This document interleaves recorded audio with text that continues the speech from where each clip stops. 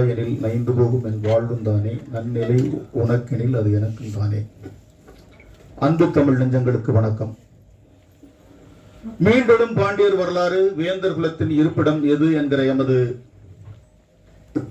புத்தக ஆக்கங்கள் தடைகளை உடைத்து தமிழர்களை, தமிழ் இனத்தின் தலைக்குடியான இந்த மல்லர்களை, மல்லர் எனும் தேவேந்திர குல வேளாளர்களை தலையுமிரச் செய்த இந்த நாள் நாடெங்கிலும் ஊர் ஊராக இனிப்பு வழங்கி இந்த புத்தகத்தினுடைய முகப்புகள் பதாகைகளாக வைக்கப்பட்டு இது கொண்டாடப்பட வேண்டும் என்கிற செய்தியை நாம் தொடர்ந்து வலியுறுத்தி வருகிறோம். கடந்த ஆண்டிற்கு முன்பாக 22 திருச்சியிலே தம்பி மல்லர் மீட்பு களத்தினுடைய மாவட்ட செயலாளர் திருச்சி ராஸ்மூப்பன் அவர்கள் மிகப்பெரிய ஒரு விழாவை அங்கே ஒருங்கிணைத்திருந்தார். இது ஊர் ஊராக அமைப்பு, கட்சி, இயக்கம் இதெல்லாம் கடந்து இந்த சமூகம் கொண்டாடப்பட வேண்டிய விழா. இந்த தலைமுறையில் நாம் உருவாக்கி இருக்கிற நாம் எல்லாம் சேர்ந்து இந்த சமூகத்திற்காக, இந்த சமூகத்தினுடைய மேன்மைக்காக இந்த தலைமுறையிலே நாம் உருவாக்கி இருக்கக்கூடிய ஒரு பண்பாட்டு நிகழ்வுதான் இந்த நாள். இதை புரிந்து கொண்டு சமூகங்கள், சமூக அமைப்புகள், சமூக சிந்தனையாளர்கள் எல்லோரையும் ஒருங்கிணைக்கணும் அப்படின்னு சொல்லிட்டு தம்பி ராஜபாண்டியனும் தம்பி கனிராஜும் சொன்னாங்க. எல்லா அமைப்புகளையும் அழைங்க அப்படின்னா இங்க வந்திருக்கிற தம்பி வந்துட்டு போயிட்டான், வையவன் வழக்கறிஞர் அண்ணன் மாரிப்பவண்ணி மட்டும் வந்திருக்காரு. அமைப்பு என்று எல்லோரையும் அழைத்தோம்.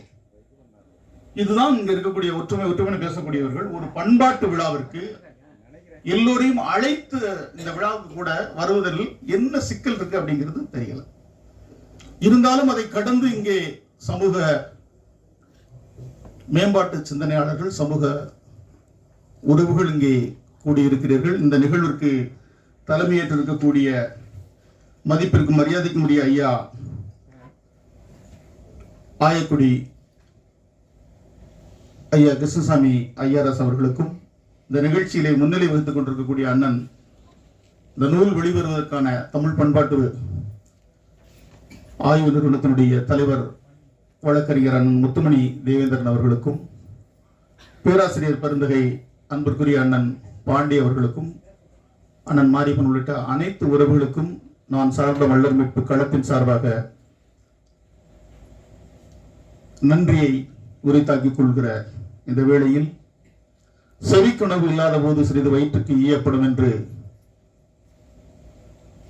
சொன்ன நம்முடைய முன்னோர் வாக்குகளுக்கு எல்லோரும் பசியோடு இருக்கிறோம். இருந்தாலும் ஒரு நாள் ஒரு சில நிமிடங்கள் நாம் பசியை பொறுத்துக் கொண்டு அதற்கான உணவு ஏற்பாடு இங்கே நாம் ஒழுங்கு செய்யப்பட்டிருக்கிறது.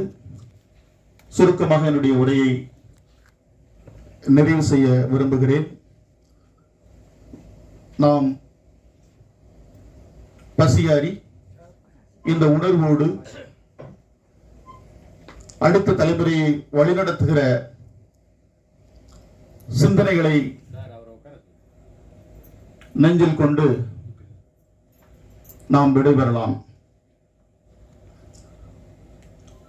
ஒரு வரலாற்று சிறப்புமிக்க இந்த நிகழ்வை மல்லன் மூதூர் என்று சொல்லக்கூடிய சிலப்பதிகாரம் விளம்புகிற மதுரை மாநகரிலே நடத்துவதில் நாம் பெருமை கொள்கிறோம். இந்த நூலிற்காக உழைத்த உழைப்புகள் என்பது அளப்பரியது.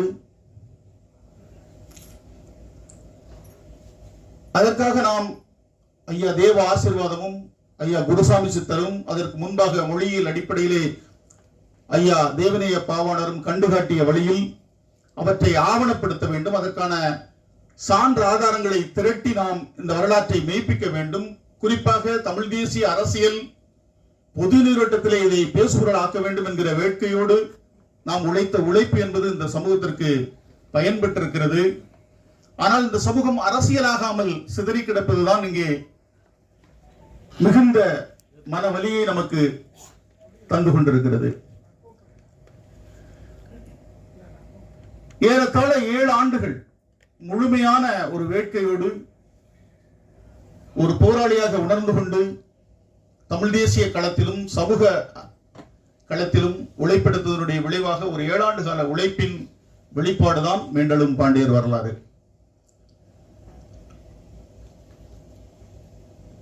இந்த அண்ணமார்கள்லாம் சொன்னாங்க, யார் யார் காலிலே விழுகிறாங்க அப்படின்னு. நான் முதலில் என்னை பெற்றெடுத்த தாய் தந்தையர் காலில் கூட விழுந்தது கிடையாது.